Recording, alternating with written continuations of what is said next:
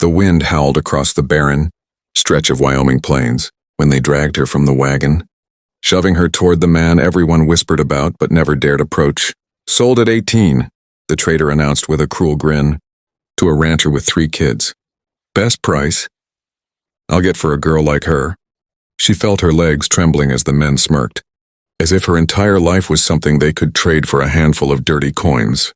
She had heard stories of this. Rancher Elias Ward, the widowed, man whose wife had vanished under mysterious circumstances, the man who spoke little and glared plenty, the man whose 3 silent children had eyes that saw too much. But as she stood under the heavy stare of the rancher, she saw something else, something dark, unreadable and terrifyingly calm. The frontier watched in stunned silence, and when the rancher finally spoke, his words silenced everyone. "Untie her," he said, his voice a low command that made even the wolves stop breathing. "She's not property. She's coming with me, and anyone who touches her again answers to me." She stared at him, waiting for the cruelty, the domination, the fate everyone assured her was coming.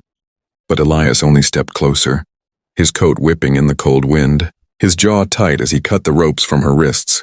Her breath caught when he handed her his gloves, rough but warm, and said, "You're freezing."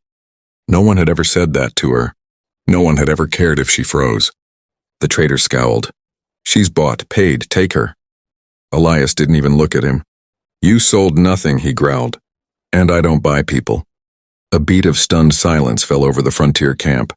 Then, with one swift motion too fast for a man his size, Elias snatched the trader by the collar and flung him to the ground. Guns were drawn. Men shouted. His 3 children, standing near the wagon, didn't flinch.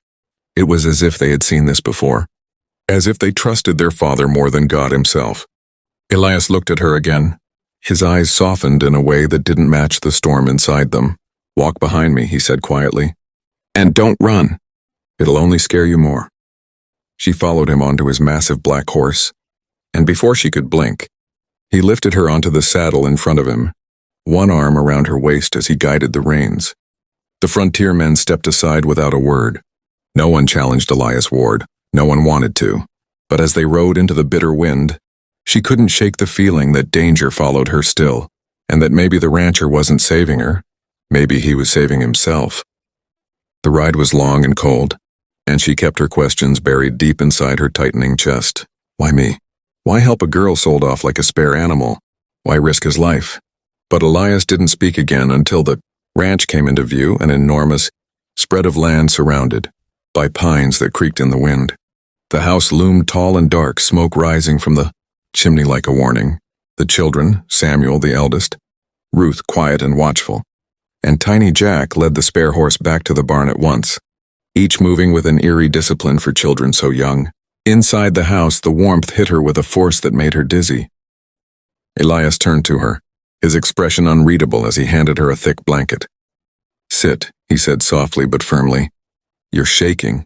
She sat near the fireplace, watching him pour water into a copper pot.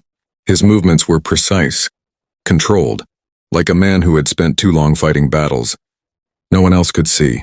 After a long silence, he finally spoke. "No one has ever sold here. Not while I'm alive." Her breath caught. Why did you take me?" His jaw tightened. "Because you looked like someone who had been owned her whole life." She swallowed hard. "And what am I now?" He met her eyes, dark, unsettling, intense. "Safe." But the longer she stayed, the more she sensed something else lurking around her, an unspoken tension that wrapped around the ranch like a trapped ghost.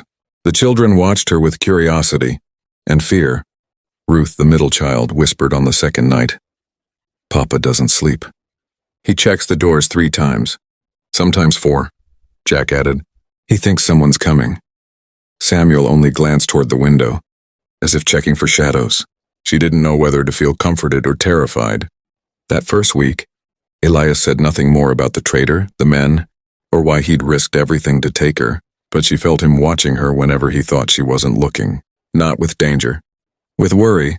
With something deeper, something he didn't allow himself to speak aloud. But trouble came quicker than either of them expected. On the 8th night, a gunshot cracked through the dark. Elias shoved her behind the table, grabbed his rifle, and stormed out the door before she could breathe. The children hid under blankets. Ruth whispered prayers. Jack silently cried. Samuel gripped the fireplace poker with white-knuckled tension. She dared to peek through the window and saw Elias standing in the moonlit yard, his rifle aimed at 3 figures on horseback, the same men who'd tried to sell her. Their leader raised his voice. "She's ours. Frontier law says so." Elias didn't flinch. "There is no law that lets you steal a life. Maybe, but we make our own laws." Elias cocked the rifle. "So do I." The standoff stretched across the yard like a noose. Then one of the men reached for his weapon. Elias shot first. The man fell hard. The others rode off into the trees, swearing they'd return. Elias didn't come inside until dawn. When he finally stepped through the door, blood streaked his arm from a grazing bullet wound. She rushed to him, but he held up a hand. "I'm fine," he muttered. But when he saw fear on her face, his voice softened. "I told you you were safe. I meant it." Life on the ranch settled into a fragile rhythm after that. She cooked meals not because she was told to, but because she wanted to.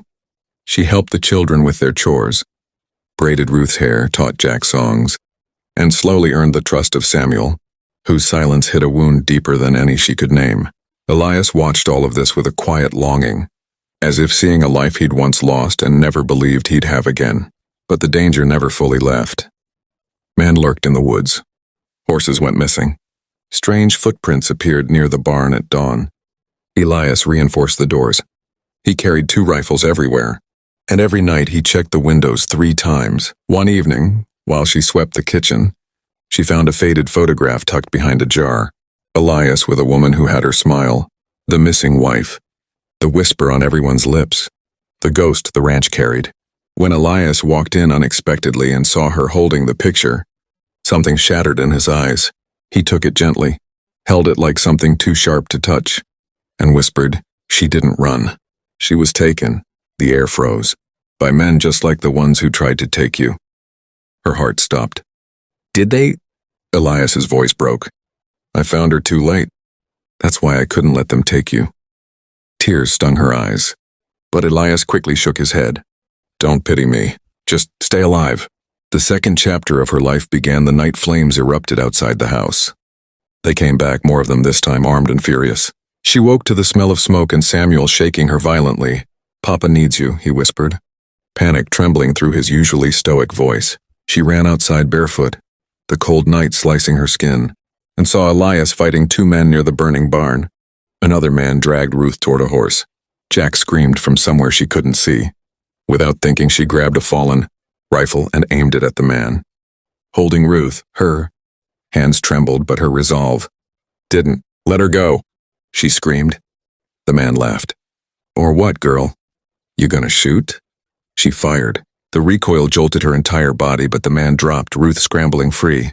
Elias saw it. His expression changed, not shock, not fear, but something fierce and protective, like he was seeing her for the first time. "Get the kids inside," he roared. She herded them into the house, barricading the door just as someone tried to kick it in. Samuel held the poker. Ruth held Jack, she held the rifle. And outside, Elias fought like a man with nothing left to lose. The door splintered. A hand reached through. She screamed and pulled the trigger again. The attacker fell back. She reloaded with shaking fingers. The children pressed against her as boots stomped across the porch. Then silence. Then footsteps she recognized. Elias entered, bruised, bleeding, but alive. "Are you hurt?" was the first thing he asked her. She choked on relief. "No, the kids." "I know," he said softly. "You protected them." He stepped closer, the fire outside casting gold across his face. "You protected my family." Before she could answer, Samuel's voice broke through the quiet. "Papa?" Elias knelt in front of his son, hands on his shoulders. "It's over," he whispered. "I promise. No one touches this ranch." Again, she watched them. The man who had lost everything, the children who feared the world, the home held together by love and danger, and felt something she'd never felt before, belonging. But the frontier was never quiet for long. The sheriff arrived the next morning, drawn by the smoke from the burned barn and the bodies scattered across the yard. He eyed her with suspicion, then looked at Elias. "Heard about the girl being sold," he said. "Heard you took her." Elias's jaw tightened. "She wasn't taken. She was rescued. The sheriff turned to her. That true? She didn't hesitate. Elias saved my life.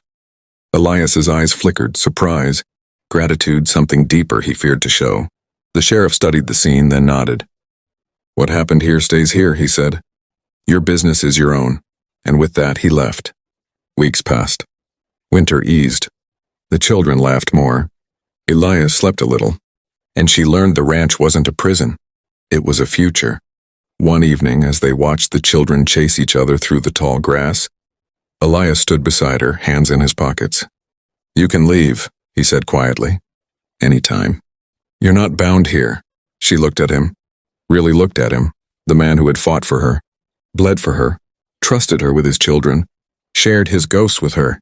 I know, she whispered. But I'm not leaving. His breath caught, something melting behind his guarded stare. Why? She stepped closer. Because you gave me a life no one else ever would. Elias exhaled slowly, like a man finally releasing a burden. I don't know what comes next, he admitted. I'm still learning how to live again. She touched his hand gently. Then we learned together. For the first time, Elias didn't look like the feared rancher of the frontier. He looked like a man stepping out of the shadows.